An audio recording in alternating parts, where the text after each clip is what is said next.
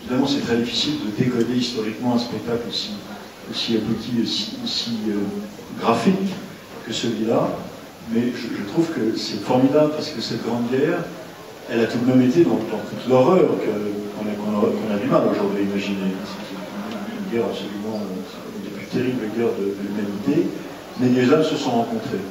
Et c'est vrai qu'il y a eu des rencontres, il y a environ 150 000 Noirs africains qui sont venus combattre sur le front français et d'Orient. Il ne faut jamais oublier un front qu'on oublie toujours, mais qui était absolument terrible, qui était le front des Dardanelles. Vous savez, quand on a essayé de prendre les détroits des Dardanelles, quand on a essayé de prendre Constantinople, et ensuite, après l'échec, on a envoyé ces soldats africains combattre en Macédoine, dans les Balkans, où il fait un frappe absolument terrifiant, où il y a du paludisme, où il n'y a pas de ravitaillement.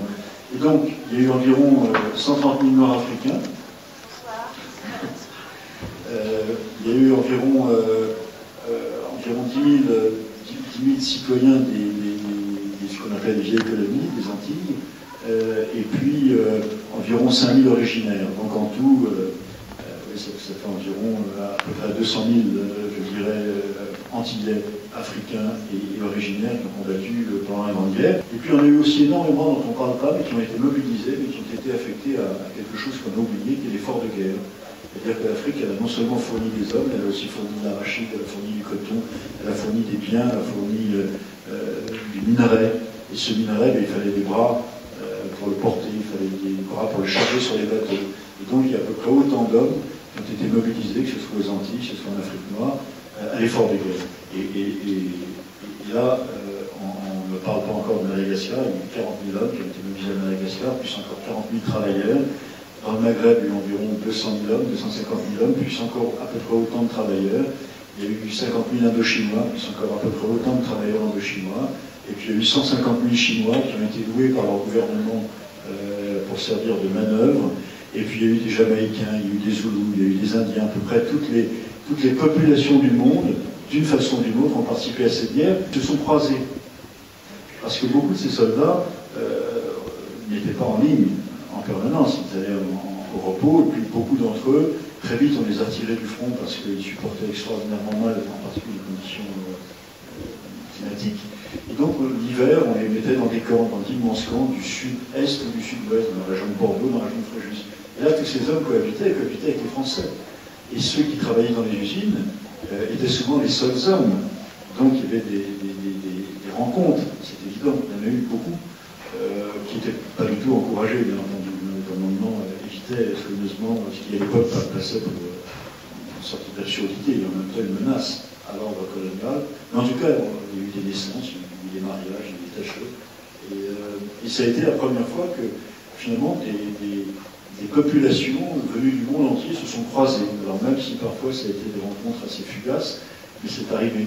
Et quant au front, très vite, et c'est ce que le travail de Chantal montre bien, très vite, on a eu des unités mixtes.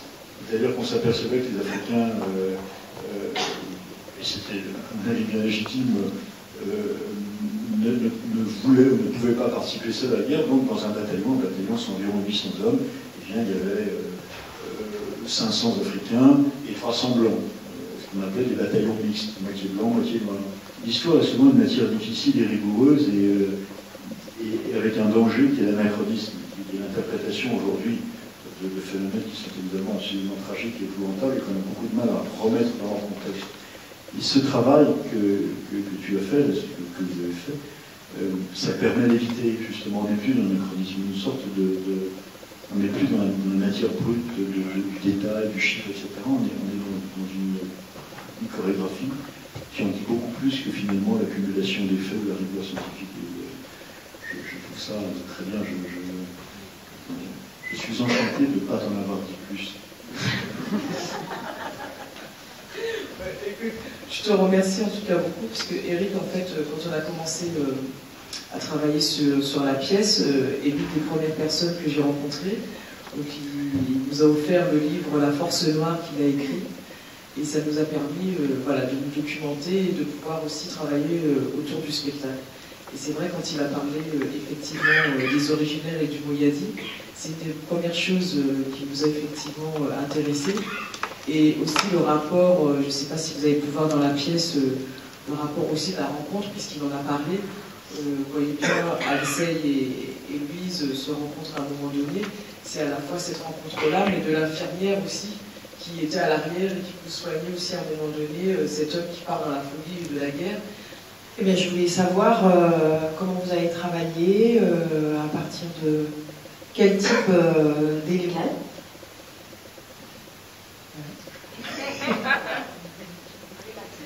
Alors, comment on a travaillé? Bonsoir, pardon. D'abord, pour nous, 14-18, c'est quelque chose de très éloigné, en fait.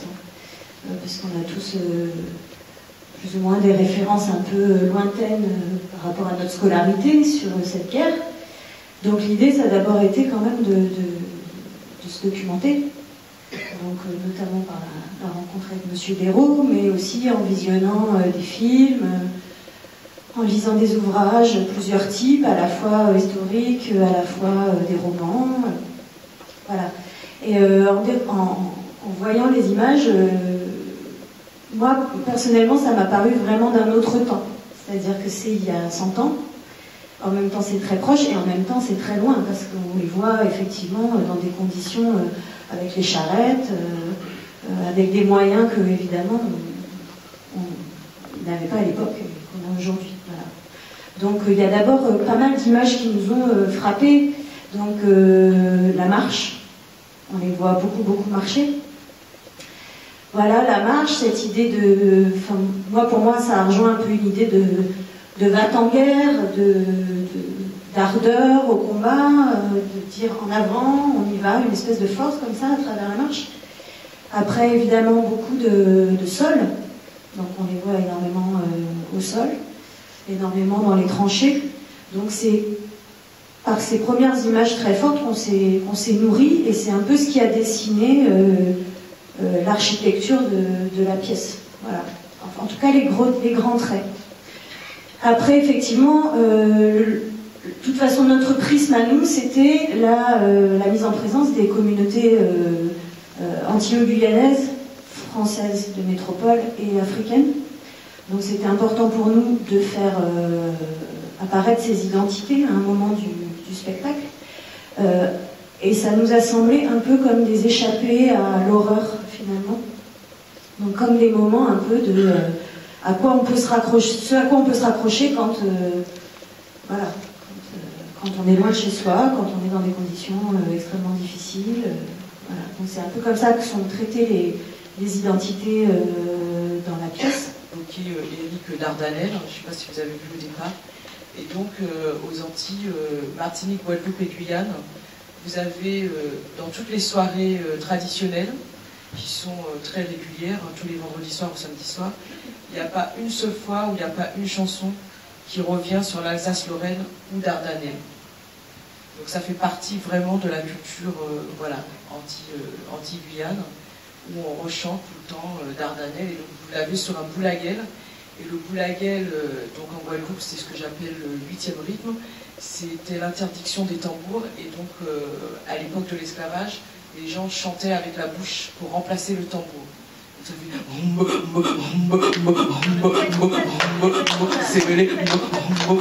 Et donc sur ce rythme-là, c'est utilisé beaucoup dans les veillées mortuaires, donc qui répond aussi ici très facilement à ce qui se passe aussi avec la guerre, puisqu'il y a beaucoup de morts, donc pour pouvoir célébrer aussi la mort. Et du coup, Dardanelle a été repris la chanson, et d'ailleurs, la plupart des Antillais mélangent la première et la deuxième guerre mondiale. Parce que pour ceux qui sont revenus, qui soient blessés ou je sais pas, ils sont revenus, ils chantaient, et après on a retrouvé des chansons où la première guerre et la deuxième guerre est mélangée, ils parlent de Gaulle, voilà, ils mélangent la première guerre et la deuxième guerre. Vous avez Dardanelle, vous avez l'Alsace-Lorraine, où Julie danse dessus effectivement. Vous avez donc Adieu Foulard. Adieu Foulard, je souhaitais vraiment aussi le mettre parce que c'est une chanson assez vieille, et c'est aussi, à l'époque, on prenait le bateau pour arriver en France. Et donc sur les bateaux, donc les soldats montaient ou quand on quittait et qu'on venait en France pour faire les études, il y avait toujours cette chanson pour dire au revoir aux personnes. Donc Adieu Foulard, Adieu Madras, ça veut dire que je ne reviendrai pas, je ne reverrai plus mon madras, plus mon foulard, plus ma doudou. Voilà.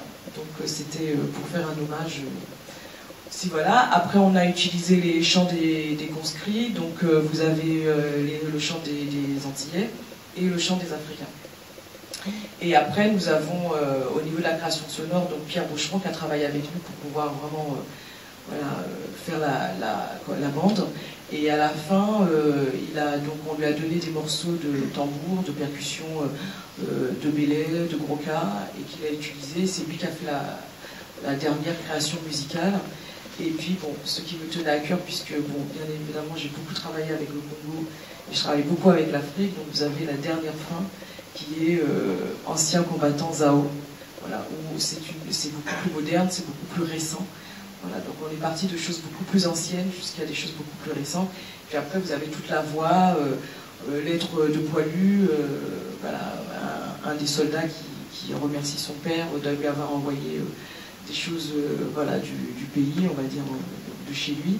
Et puis la lettre de Marraine, qui parle de Étain, de la ville d'Étain et de Neuville-en-Argonne. Et ça, ce sont les deux villes qui ont soutenu, que la Guadeloupe et la Martinique ont soutenu pendant la guerre, parce que ce sont deux villes qui ont été détruites par la guerre. Et la Martinique et la Guadeloupe deviennent des marraines, voilà, pour ces deux villes. Donc voilà, et puis après il y a la chanson de Brown, après, bon, qu'est-ce qu'il y a d'autre, je sais plus, enfin voilà. Et puis vous avez voilà, Ferdinand Céline aussi, on a utilisé l'un de ses textes qui parle aussi de l'horreur de la guerre. Voilà un peu la bande-son. L'histoire a toujours des clins d'œil étonnants, qu'elle se venge. Le chant des Africains, c'est nous les Africains qui revenons de loin, qui est maintenant devenu le chant emblématique que tous les Africains chantent d'ailleurs. C'est un chant anti-africain. C'est un chant qui est créé en 1917 par deux zouaves. Les zouaves, aujourd'hui zouave c'est devenu un terme péjoratif, mais les zouaves, à l'origine c'était en Afrique du Nord. On avait créé des régiments de tirailleurs algériens, et comme il y avait énormément d'Israélites, etc., et qu'on ne pouvait pas les faire servir dans le régiment de tirailleurs musulmans, on les a fait servir dans le régiment de zouaves. Et puis très vite, on y a mis des Blancs, des Européens, qui allaient servir en Algérie. Et les pieds noirs. Et c'est nous les Africains, c'est un chant écrit par deux pieds noirs, c'est-à-dire deux colons blancs d'Afrique du Nord. Et c'est nous les Africains, ça veut dire c'est nous les Africains, c'est pas eux. C'est pas les indigènes, c'est nous les vrais Africains. Et ce chant, il est à nouveau repris en 1942, au moment de la Libération.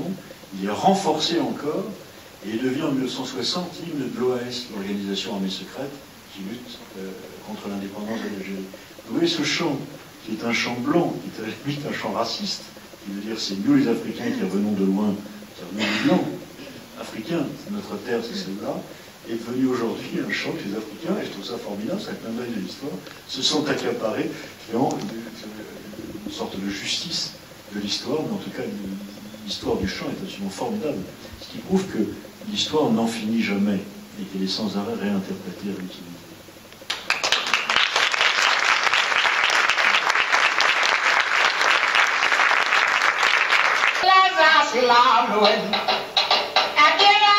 Again,